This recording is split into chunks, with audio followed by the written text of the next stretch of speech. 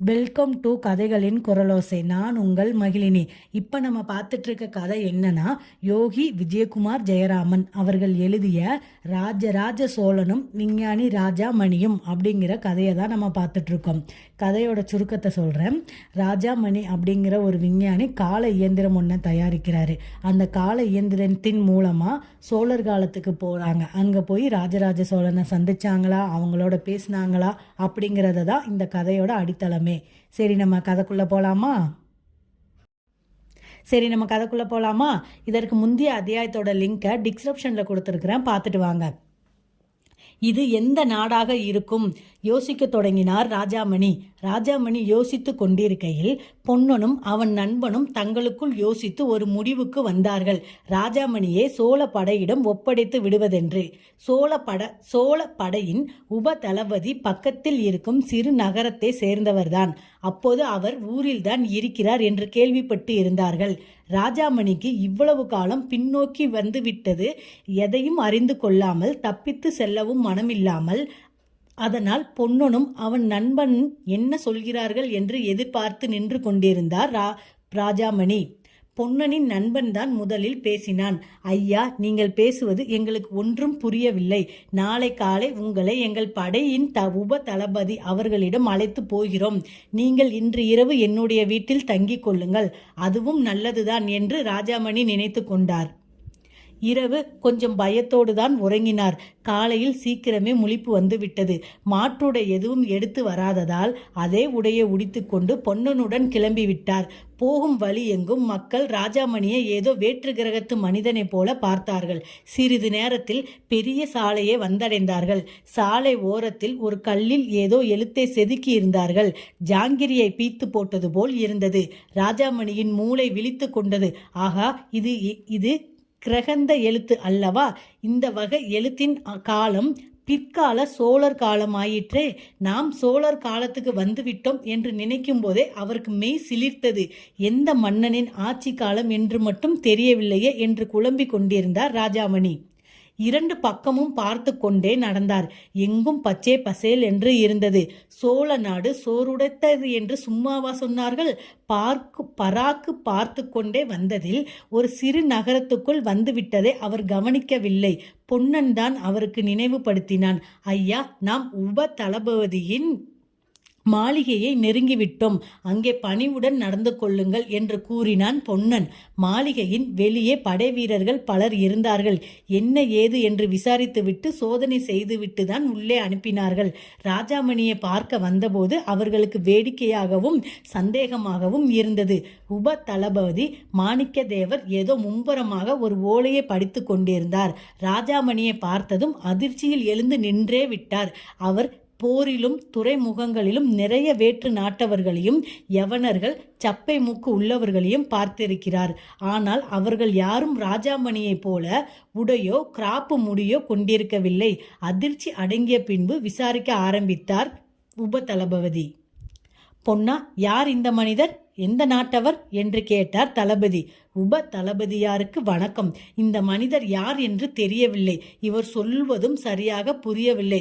தளபதியாரே, நீங்கள் விசாரித்தால் உண்மை விளங்கும் என்றுதான் உங்களிடம் அழைத்து வந்தேன் என்று பணிவாக கூறினான் பொன்னன்.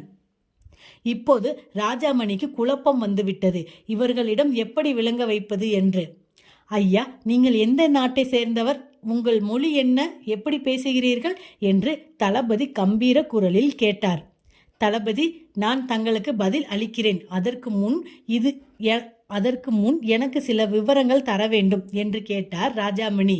என்னடா இந்த கிராக்கு தளபதியிடமே எதிர்த்து கேள்வி கேட்கிறது என்று பொன்னனுக்கு உதறல் எடுத்தது. மணித்தேவருக்கும் இந்த ஆச்சரியம் ஏற்பட்டாலும் அதை காட்டிக்கொள்ளாமல் பேசினார். கூறுங்கள் ஐயா, உங்களுக்கு என்ன விவரம் வேண்டும் என்று கேட்டார் தளபதி. இது எந்த நாடு? இப்போது நாட்டின் மன்னர் யார் என கூற முடியுமா என்று கேட்டார் ராஜாமணி. இந்த மாளிகையின் வெளியே கம்பீரமாக பறக்கும் புலிகொடியே நீர் பார்க்கவில்லையோ? அதை வைத்து இது சோழ நாடு என்று அறிந்து கொள்ள முடியாத அளவுக்கு நீர் எந்த உலகத்தில் இருந்து வந்துள்ளீர்கள்? எங்கள் மாமன்னர் அருள்மொழி தேவரை பற்றியும் தாங்கள் அறிந்திருக்கவில்லையோ? மணித்தேவரின் குரலில் உண்மையான தேசபக்தியும் ராஜாமணியின் மீது உள்ள கோபமும் தெரிந்தது. உடனே ராஜாமணிக்கு ஒரு கணம் தலையே சுற்றுவது போல் இருந்தது. தஞ்சை பெரிய கோயிலை கட்டிய மாமன்னன் ராஜராஜ சோழன் காலத்தில்தான் இருக்கிறோம் என்று. பொன்னனின் செல்வனை ஒரு நொடியாவது தரிசனம் செய்துவிட வேண்டும் என்று அப்போதே கங்கணம் கட்டிக்கொண்டார். உப தளபதியாரே, மிக்க மகிழ்ச்சி என்றார் ராஜாமணி. அருள்மொழி தேவரை பற்றி நான் வரலாற்று நூட்கள் மூலமாக தெரிந்து வைத்துள்ளேன். நேரில் தரிசனம் செய்ததில்லை. தாங்கள் அவரிடம் அழைத்து போனால் அங்கே வைத்து என்னை பற்றி விளக்கி கூறுகிறேன் என்றார் ராஜாமணி. வேற்று நாட்டில் தங்கள் மாமன்னன் பற்றி எப்படி வரலாறு எழுதப்பட்டுள்ளது என்று குழப்பத்தில் ஆழ்ந்து விட்டார் உப தளபதி. ஆள் கண்டிப்பாக ஒரு குழப்ப பேர்வழிதான் என்று அவரும் முடிவுக்கு வந்து விட்டார். பேசாமல் மன்னனிடமே அழைத்து சென்று விடுவதுதான் நல்லது என்று நினைத்து விட்டார் உப தளபதி. மாமன்னர் அருள்மொழி தேவர் அப்போதுதான் வேங்கி நாடு சென்று திரும்பும் வழியில் வந்து கொண்டிருந்தார். மணித்தேவரும் மன்னனின் பரிவாரத்தில் சேர்ந்து கொள்வதாக ஏற்பாடு. அப்போது ராஜாமணியை மன்னனிடம் அழைத்து செல்லலாம் என்று முடிவெடுத்தார் உப தளபதி.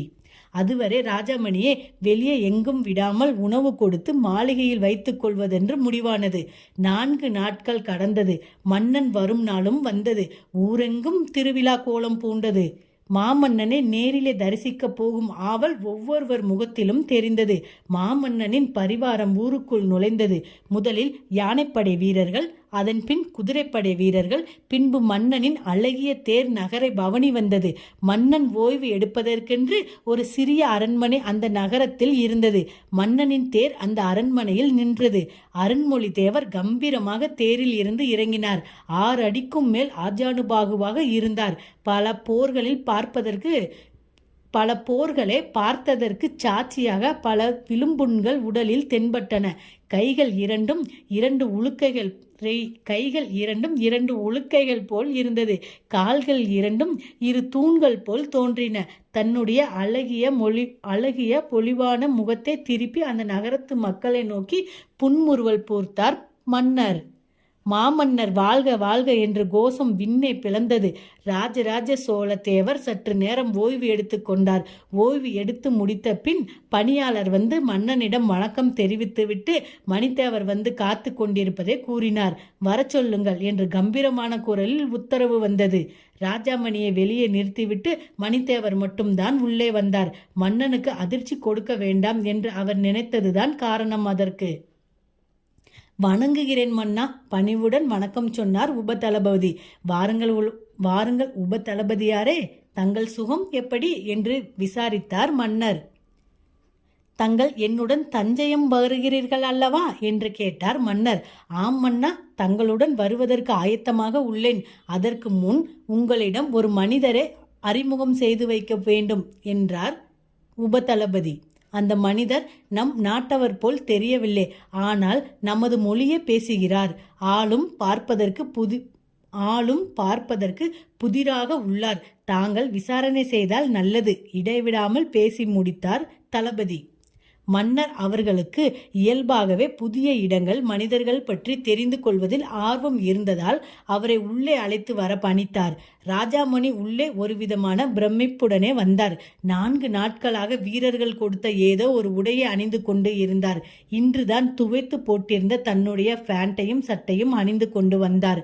உள்ளே நுழைந்ததும் எதிரே அமர்ந்திருந்த மன்னனின் ஆஜாகுபானுவான உருவத்தை பார்த்து அவருக்கே மயக்கம் வந்துவிட்டது.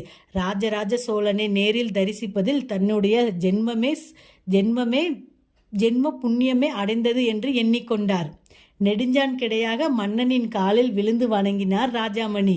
வணங்குகிறேன் மன்னா என்றார் ராஜாமணி. ராஜாமணியின் உருவத்தை பார்த்து கொண்டிருந்த மன்னனுக்கு இன்றும் முன்னும் தெளிவாக விளங்கவில்லை. இந்த மனிதன் எந்த நாட்டவனாக இருப்பான் என்று யோசித்து கொண்டிருந்தார் அரசர். வணக்கம், தாங்கள் யார் என்று விரிவாக விளங்கி சொல்ல முடியுமா என்று கேட்டார் மன்னர். மன்னா, சோழ நாட்டு மக்கள் என்னை பார்த்து பயம் கொள்கிறார்கள். அது அவசியமில்லை. நான் இந்த மண்ணின் மனிதன்தான். ஆனால் எதிர்காலத்தில் இருந்து வருகிறேன். 1000 ஆண்டுகள் முன்னால் இருக்கும் காலத்தில் இருந்து வருகிறேன். நான் ஒரு ஆராய்ச்சியாளன். கடந்த காலத்தை தாண்டி செல்லும் ஒரு கருவியை கண்டுபிடித்து உள்ளேன். அதை பயன்படுத்தி காலத்தை கடந்து பயணம் செய்ய முடியும். அப்படித்தான் நான் 1000 ஆண்டுகள் பின்னோக்கி வந்துள்ளேன். தங்களை பற்றி நான் வரலாற்று புத்தகங்களில் படித்து உள்ளேன். ஆனால் தற்போதுதான் தங்களை தரிசனம் செய்யும் பாக்கியம் கிடைத்தது என்று இடைவிடாமல் பேசி முடித்தார் ராஜாமணி. மன்னனின் முகத்தில் குழப்ப ரேகைகள் தெரிந்தன. ராஜாமணியை மீண்டும் தொடர்ந்தார். தங்களுக்கு நம்பிக்கை ஏற்படவில்லை எனில் இதோ எங்கள் காலத்தின் சில பொருட்களை பாருங்கள். இதை நீங்கள் எங்கும் காண முடியாது என்று சொல்லிவிட்டு தன்னிடம் இருந்த பேனாவையும் டார்ச் லைட்டையும் எடுத்து காண்பித்தார் ராஜாமணி. அவைகளை பார்த்ததும் மன்னனின் முகத்தில் அதிர்ச்சி தெரிந்தது. இன்னும் அவர் குழப்பத்தில் இருந்து வெளியே வரவில்லை. தங்களின் பெயர் என்ன என்று கேட்டார் மன்னன். ராஜாமணி மன்னா, ராஜாமணி என்று பணிவுடன் சொன்னார் ராஜாமணி. நிச்சயமாக இது இந்த காலத்தின் பெயர் இல்லை. ராஜாமணி சொல்வதில் ஏதோ உண்மை இருக்கிறது என்று முடிவுக்கு வந்தார் மன்னர். இருந்தாலும் இன்னும் கொஞ்சம் சோதனை செய்து பார்ப்போம் என்று எண்ணினார். ராஜாமணி, வேறு என்ன அறிந்து கொண்டிருக்கிறீர்கள் எம்மை பற்றி? உங்கள் காலத்தில் கூறுங்களேன் என்று கேட்டார் மன்னர். மன்னா, தாங்கள் கட்டிய பெரிய கோயில் கம்பீரமாக விண்ணை தொட்டு கொண்டு 1000 ஆண்டுகளை கடந்து இன்னும் நிற்கிறது. தங்களின் மகன் ராஜேந்திர சோழதேவர் தங்களை மிஞ்சிய வீரராக கடல் தாண்டி சென்று வெற்றி கொடி நாட்டினார். இன்னும் பல உள்ளன மன்னா என்று கூறினார் ராஜாமணி. பெரிய கோவில் பெயரை கேட்டதும் மன்னனின் முகம் பெரிதாக மலர்ந்தது. தஞ்சை பெரிய கோயிலின் கட்டுமான பணி அப்போதுதான் தொடங்கியிருந்தது. ராஜாமணி அதை பற்றி குறிப்பிட்டு சொன்னதும் நிச்சயம் அவர் எதிர்காலத்தில் இருந்துதான் வந்திருக்கிறார் என்பது புரிந்தது மன்னனுக்கு. அறிவியல் பூர்வமாக எப்படி என்பதுதான் புரியவில்லை என்றாலும் ஈசனின் அருளில் எதுவும் சாத்தியமே என்று நினைத்து கொண்டார் மன்னர். தம் மகன் தன்னை விட எதிர்காலத்தில் பெரிய வீரனாக விளங்கப் போகிறான் என கேட்டபோது அவர் அடைந்த மகிழ்ச்சிக்கு எல்லையே இல்லை. முடிவே செய்துவிட்டார் மன்னர். ராஜாமணியை தன்னுடன் தஞ்சையம் பகுதிக்கு அழைத்து செல்ல வேண்டும் என்று. தஞ்சையில் ராஜாங்க வேலைகள் நிரம்ப இருப்பதால் இப்போது அதற்கு நேரம் இல்லை. ராஜாமணி, தாங்கள் எம்முடன் தஞ்சையம் வர இயலுமா? நம்முடைய பரிவரம் இன்னும் 2 நாளிகையில் புறப்படுகிறது என்றார் மன்னர். அது என்னுடைய பாக்கியம் மன்னா. உண்மையாகவே சோழ தலைநகரை நேரில் பார்க்கும் ஆவலில் சொன்னார் ராஜாமணி. 2 நாளிகை கடந்தது. மன்னனின் பரிவாரம் தஞ்சையை நோக்கி கிளம்பியது. ராஜாமணியும் மன்னனின் படையுடன் கிளம்பினார். ஏற்கனவே உப தளபதியின் வீரர்களை அனுப்பி தன்னுடைய கால இயந்திரம் இருக்கும் இடத்தில் பாதுகாப்பு ஏற்பாடு செய்து இருந்தார். மன்னனின் பரிவாரம் குடந்தை வழியாக செல்வதற்கு ஏற்பாடு. செல்லும் வழியெங்கும் மக்கள் ராஜபாட்டையின் இரு மருங்கிலும் நின்று கொண்டு மன்னனை வணங்கினார்கள். செல்லும் சாலையின் ஒரு பக்கத்தில் வீரநாராயண ஏரி கடல் போல் காணப்பட்டது. சிறிது தொலைவில் இன்னொரு பக்கத்தில் பிற்காலத்தில் ராஜேந்திர சோழ தேவரின் தலைநகரமாக விளங்கப் போகும் கங்கை கொண்ட சோழபுரம் வேறு ஒரு பெயரில் சிறு கிராமமாக காட்சியளித்தது. மன்னனின் பரிவாரம் குடந்தையில் நுழைந்தது. மன்னனின் வருகையால் குடந்தை நகரம் விழாக்கோலம் போன்றது போல் இருந்தது. மன்னன் தன்னுடைய தமக்கை குந்தவை தேவியை பார்த்து நலம் விசாரித்து ஆசி பெற்று 2 நாளிகையில் தஞ்சையை நோக்கி புறப்பட்டார் என்று ஒரு வீரன் மூலம் ராஜாமணி தெரிந்து கொண்டார். அப்படி ராஜாமணியும் மன்னர் ராஜராஜ சோழனும் என்ன பேசிக்கிட்டாங்க? ஒருவேளை ராஜாமணி ராஜராஜ சோழர் காலத்திலேயே இருந்து விட்டாங்களா? இல்லை ராஜராஜ சோழனை நம்ம காலத்துக்கு கூட்டிகிட்டு வந்திருக்காங்களா? இதை தெரிஞ்சுக்கணுன்னா அடுத்த வீடியோவை பார்க்கலாம். நன்றி.